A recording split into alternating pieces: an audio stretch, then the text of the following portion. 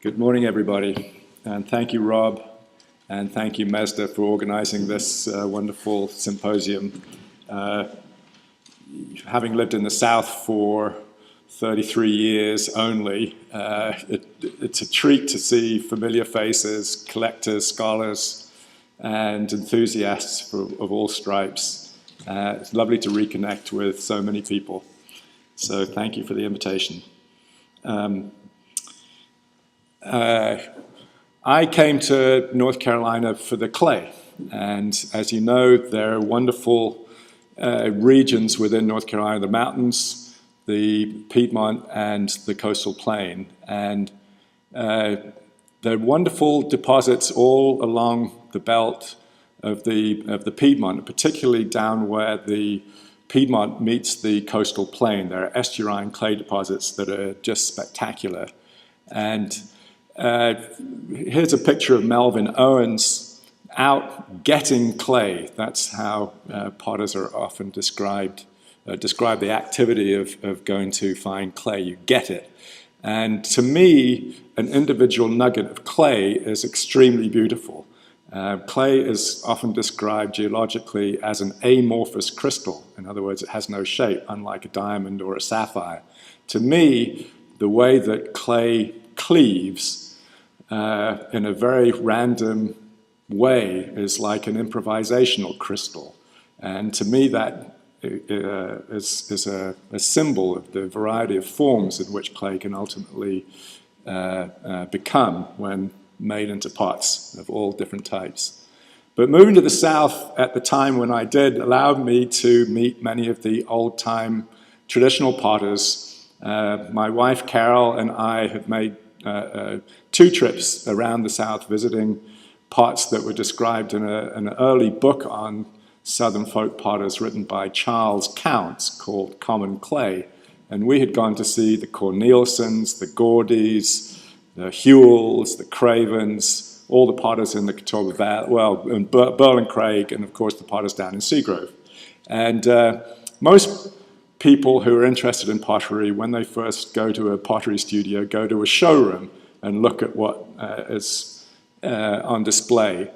Then there's a little group of people that love going to look at wood-fired kilns. For me, the highlight of going to a pottery is to find out where they get their clay. And you can see next to Burlin Craig's tractor a clay pile. And when I saw this, it was like coming home because, as Rob was describing, the man that I trained with back in England, Michael Cardew, was passionate about using local materials. He wrote a book called Pioneer Pottery, which documented Cardew's efforts to make high-temperature reduction stoneware very much in an Asian style or an Anglo-Asian fusion when he was working in West Africa. So it was an extremely arcane, difficult practice that I absorbed and recognized immediately when I saw Burlin Craig, how it was a simplified version of what Cardew was trying to do. And in addition, of course, to the clay, you've got fire, and particularly wood-burning kilns that produce very dramatic surfaces, cross-draft kilns, firebox at one end, a chimney at the other. The southern groundhog kilns, very like the Japanese Anagama-style kilns that produced wares during the Middle Ages that have been highly prized by a growing group of contemporary wood-fired potters, about which I'll be talking a little more later on in my talk. This is Michael Cardew in his book Pioneer Pottery.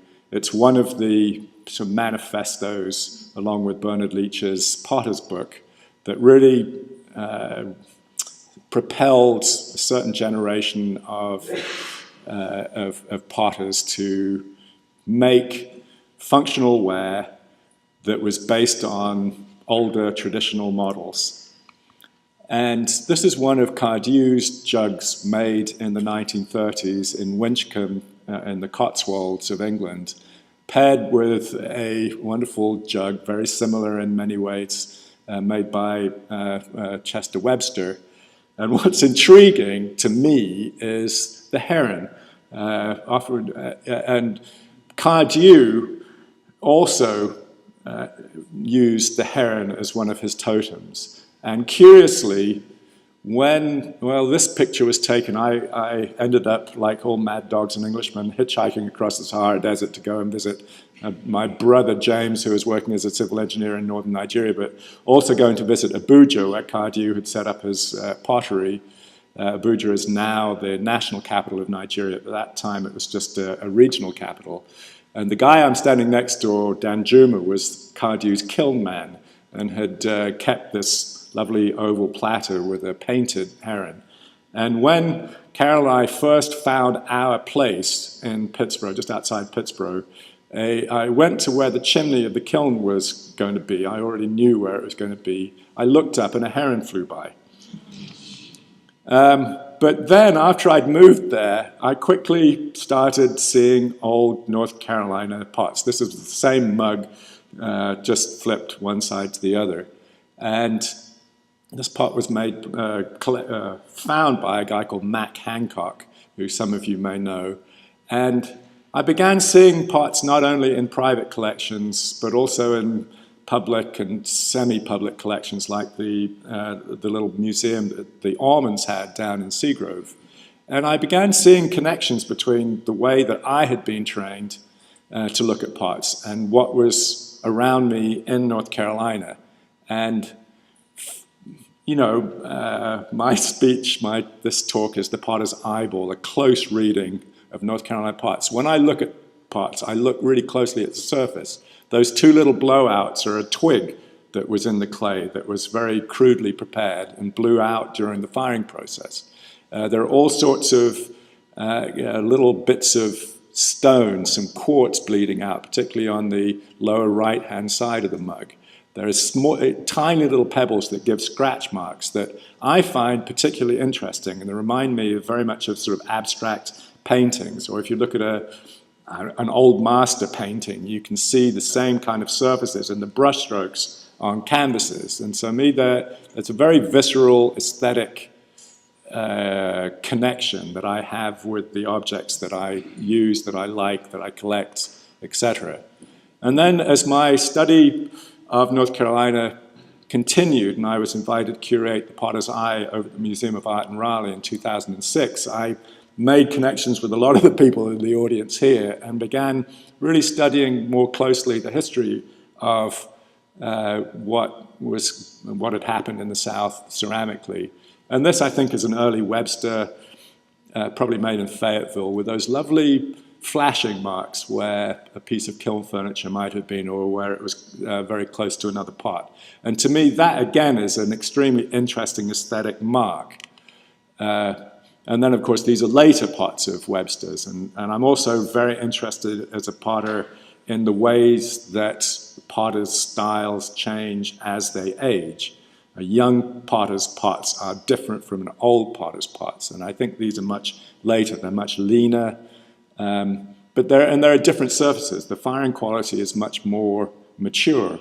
The lovely ash drips, the lovely flashing marks with variations in salt quality. They're just beautiful.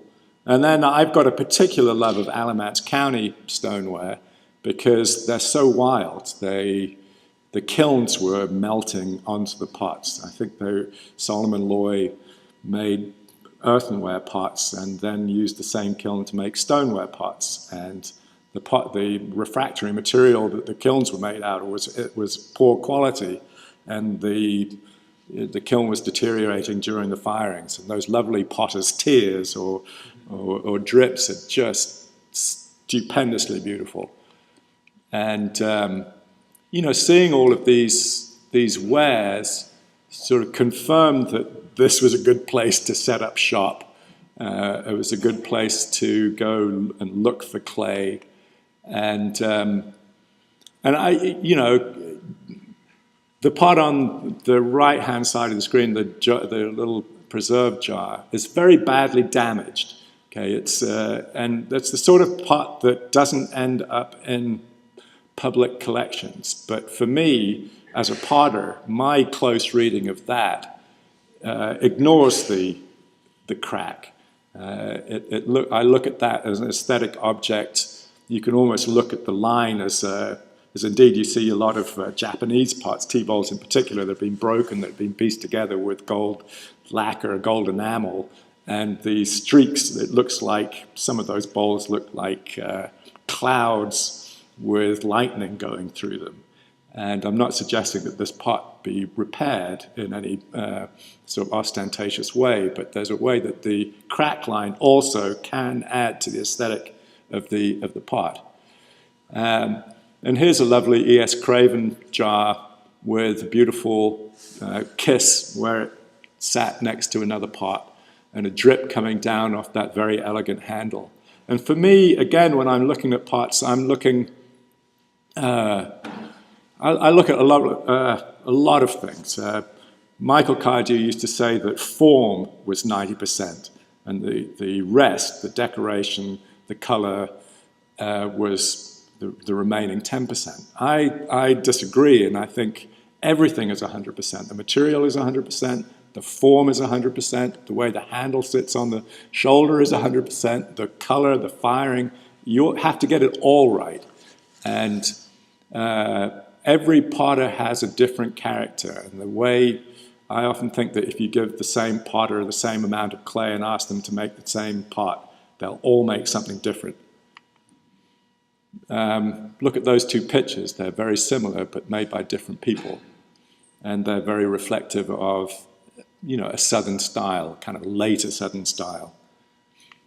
And I love those variations, and I love those similarities between crocks made in different parts of North Carolina. These low-slung, handled crocks that you can just imagine somebody hooking their hands underneath that handle, using it to prepare a foodstuff. And they're just ergonomically wonderful, and formally just very, very spare, very minimal, and just gorgeous. And then you've got these fabulous surfaces that come from the groundhog salt firings. Again, with fewer drips. This is more of a Randolph County. This is a Randolph County piece, but just magnificent. Treacle dripping down the shoulder of that jug. And then you have these absolute masterful potters from different regions of North Carolina, Daniel Siegel and Chester Webster. And both 4 gallons, one decorated, one plain, but they're classic. They're, to me, as sophisticated as any Chinese imperial porcelain. They're magnificent works of art. And it's not that one is better than the other. They're both profoundly beautiful. And so I got started building a kiln and making pots of my own. And my kiln is actually a modified version of a 14th century kiln from northern Thailand, but operates on the same principle as a groundhog kiln. It's got a firebox at one end, a chimney at the other. It takes us 5 days to load. It's much taller than the old groundhog kilns because we, these days, have the benefit of very sophisticated kiln shelves that allow us to build these great big stacks. And I'm using local clays, which are now actually prepared by a lovely Japanese man who operates Starworks Ceramics down in Star, just south of Seagrove. But for 30 years, I did all my own clay preparation. The work that I'm making now, this is a big slab platter, but it's very like that classic North Carolina salt glaze with some ash deposits on the side. And there's a growing appreciation, and you can look at the artisanal movement in the same way that people are looking at, say, farm-to-fork restaurants or the artisanal food movement. You put some lovely vegetables or some lovely crudité on a big platter like this, and it looks fabulous. I, with great self-mockery, claimed to have invented the iced tea ceremony. Tea drinking made Wedgwood's fortunes. The Japanese, of course, have their tea ceremony as a very integral part of their cultural heritage. And in the South, tea is drunk in tall tumblers and made in a pitcher. And I love making these tall tumblers. They're among the most difficult things to make because they're very tall and you can't kind of scrunch your hand down inside one of those tall pitchers, tall cups. But you know, the cup is made with local clay. It's more or less Berlin Craig's glaze recipe, but fired in a salt kiln. The glaze turns an amber gold color rather than the olive green of the Lincoln County tradition.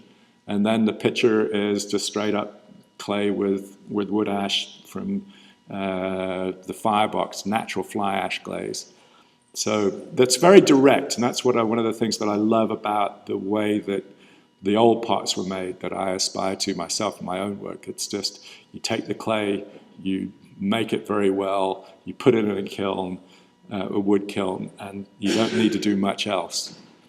And, you know, going back to the picture of the the double-sided mug, I mean, the pot on the left is just straight up salt glaze with a wood ash deposit.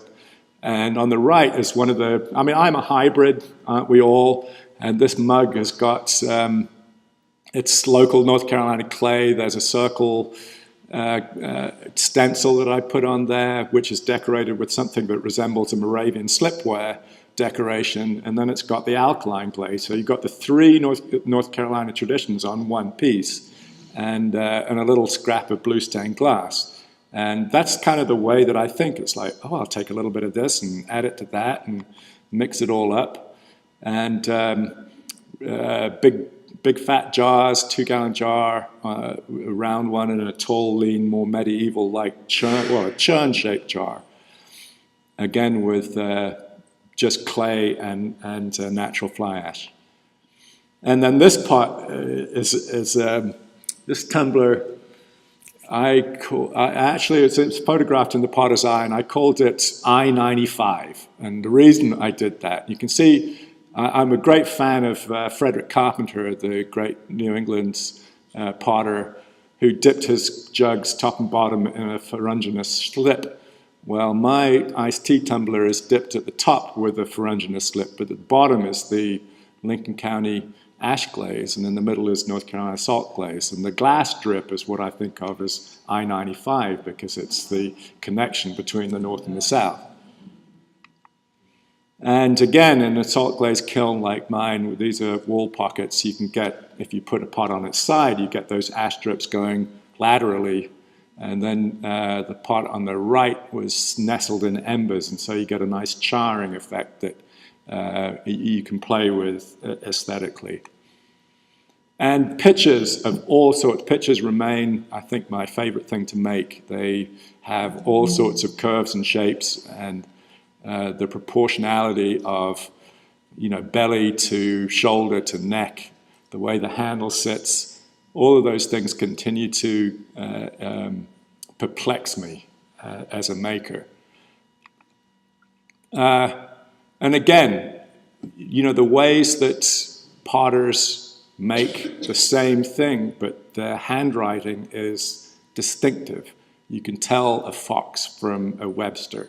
You can tell an awful lot about the maker in terms of how neat they are, how careful they are with the way the handle attaches. And those are the things that intrigue me as a maker and as a student of this magnificent tradition in the South. And, you know, and then potters made and continue to make all sorts of things that don't fit into the classical functional repertoire of useful items, and make chicken waterers and whiskey still components and grave markers. And they're very haunting. They're very peculiar, spare, abstract shapes that I think deserve more attention from sort of the mainstream. And again, just going back, another theme that really inspires me when I'm looking at Southern pots is the relationship, as Rob was saying, between master and apprentice, between father and son, between Daniel Siegel on the left and Isaac Lefevre's on the right. Those are both phenomenally gifted potters. And why? I mean, often you don't find an improvement from one generation to the next. And while I'm not going to say that one was better than the other, Isaac Lefever's wanted to make parts every bit as good as his master, and he did, and it's a tragedy that he died so young. This is really a conceit. I should not dare to put one of my pots next door to an Isaac Lefever's, but it's the same.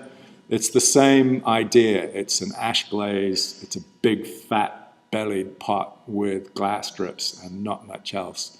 And it's really fun to, you know, I think potters are showing off. They're trying to prove themselves. And I'm very glad to have models as good as Lefever's and Siegel and Webster and all the rest around. And these are some of the ways that I've been playing with the elements that I so enjoy in the Southern pottery tradition. Big glass strips, looping swags, what Billy Ray Hussey so pleasantly called the loopity, loopity, loopity. And again, I mean, that's a lovely milk pan on the right, and a little cereal bowl of mine on the left with more or less the same glaze and treatment. And, you know, I have to move down to South Carolina because it has the most magnificent tradition with slightly different color palette and decorative treatment. And, you know, again, these are just blisteringly good examples of wild firings and ash glazes, that ruddy red glaze to the left, bleeding yellow. It's a fabulous color contrast. And then that kind of overfired, slumped black, burnt out jug on the right, which again, I think is just magnificent. And going back to Chandler and Rhodes, I mean, they're also the most superb potters and decorators, if it was in fact them that did decorating. I'm not sure on that. And you know, this is Dave. You know, and I'm whenever I look at Dave's pots or the old Southern pots, I often think I'm listening to an old blues recording from, you know, the 1840s, 50s, 60s, 70s. And of course you can't. But we can look at pots and feel the same strange cultural forces that produced musical forms that everybody knows. Every time you listen to the radio, you know the blues, you know jazz, you know rockabilly, country, gospel. It's all Southern. And to me, it was the same interesting cross-pollination of cultures that produced decorative arts forms, whether it's textiles, furniture, architecture, or pottery. And I'm like Eric Clapton, just down at the crossroads trying to catch a ride. And because of my interest in both the salt glaze and alkaline glaze traditions, and the fact that many of the pots that I've shown you thus far have been fired all in the same kiln, so I get that golden colored ash glaze rather than green, I had to separate it out and build a kiln that was only for ash glazes and high temperature stoneware glazes. And started getting pots that were straight alkaline glaze, blue glass, wavy lines. It's the same thing. And then using decorative treatments, an iron slip under an ash glaze with blue glass. And so again, you can combine elements of the Moravian tradition with the ash glaze tradition, likewise. And it's just fun to do. And then making some of my really big things.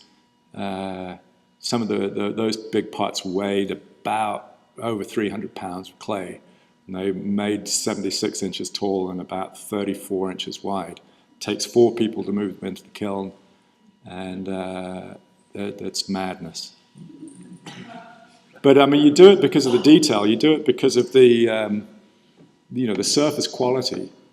And all these strange, intriguing, it looks like the Earth from space, one of those strange, eerie glimpses.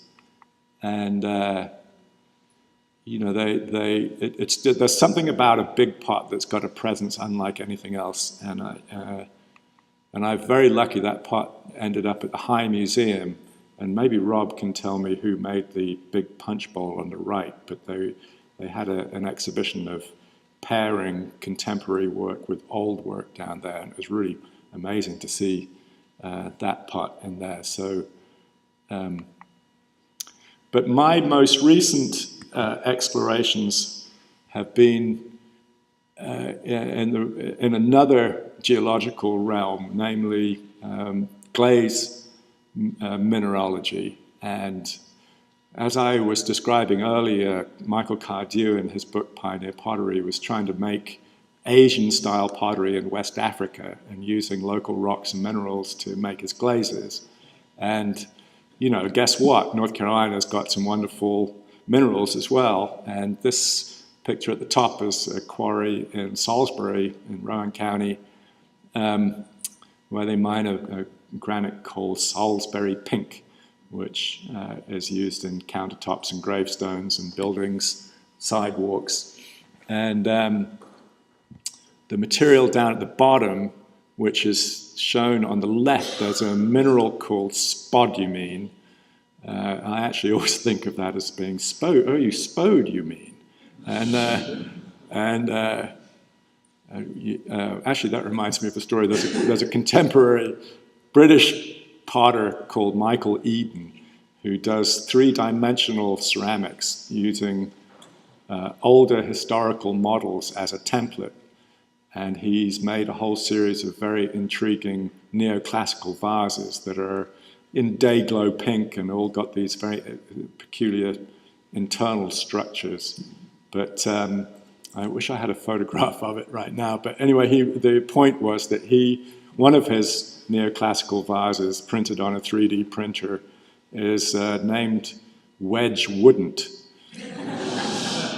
But anyway, the spodumene there is then calcined at about 2,000 degrees, and that's what it looks like after being calcined in the middle. And then you can take a hammer and just tap it into very fine powder, which you then put into a ball mill and powder it down grind it down to a very fine glaze flour, glaze powder, which you mix with water and perhaps a little limestone.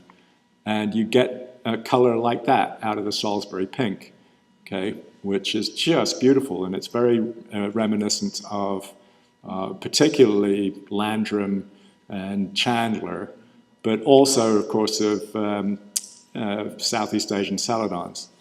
And I've just been mind blown by the quality that I get out of that single material. Again, you can see there's a lovely blue hue. In fact, I've got the one on the left is Salisbury pink. The other one is from a quarry just over the border in South Carolina on I-40, no, I-85 in Blacksburg. It's near Kings Mountain, a place called Sloan. It's the Sloan quarry. And then you can see the similarity between those two colors and these colors here. The one on the left is a Landrum bottle, 1820, and the other one is a Japanese Seto ware from very early, sort of 14th, 15th century. And it's those connections to me. I mean, we live in the modern world. I don't just live in the South. I live with the internet. I live with global travel. I've been to a lot of these different places, and it gives us an opportunity to try all sorts of different things. And I'm just one of many people working in pottery, and I'm going to start talking a little bit about some of my other contemporaries. And in this case, I'm starting with an Alamance County piece because of its vibrant colors. And I'm thinking about who else is using a lot of color in their woodwork. And then there's Jugtown. They employ any number of different elements formally and in terms of color to reflect their particular and very rich history. They use color in wonderful ways, whether it's on traditional forms or more contemporary. And they remain one of the touchstones, one of the wellsprings that we can all turn to for sort of acknowledgement of where we're from and where we're going. And then there's Ben, who is also employing color in all sorts of extremely interesting ways and using old and new technologies together to create a very vibrant contemporary style. and particularly these are glazes that are not necessarily local in any way, but they're fired in a wood-burning kiln, and you get those same lovely blushes and flashes that you see on the surface of salt glazed pots throughout the historical southeast.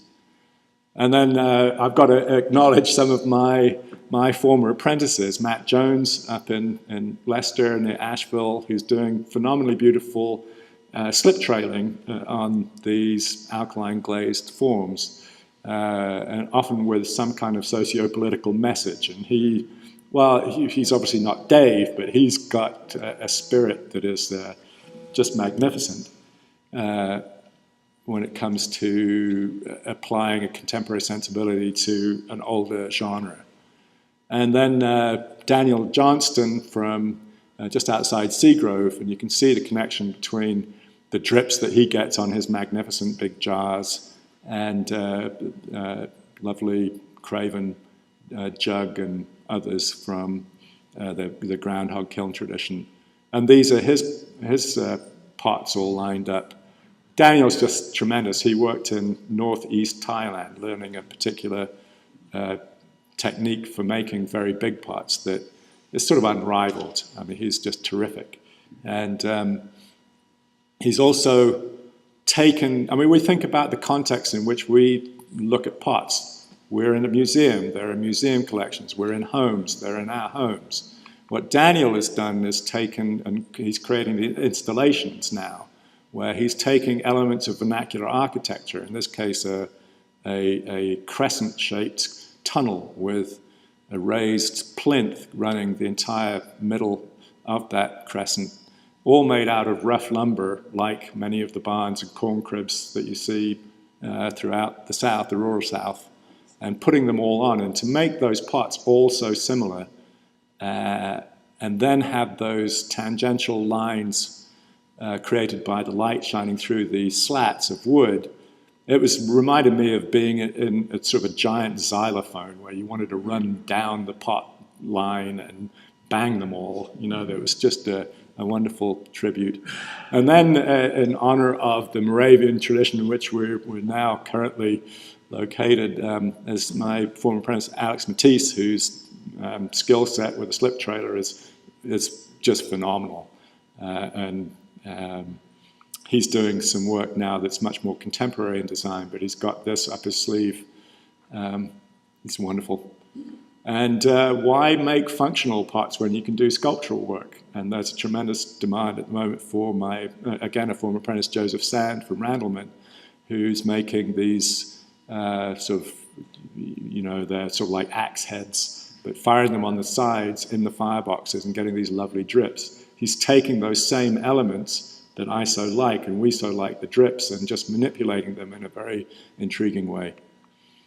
But it's not just my apprentices, it's also other people throughout the state. Kim Ellington, a contemporary of mine, who most of you know up in the Catawba Valley, again making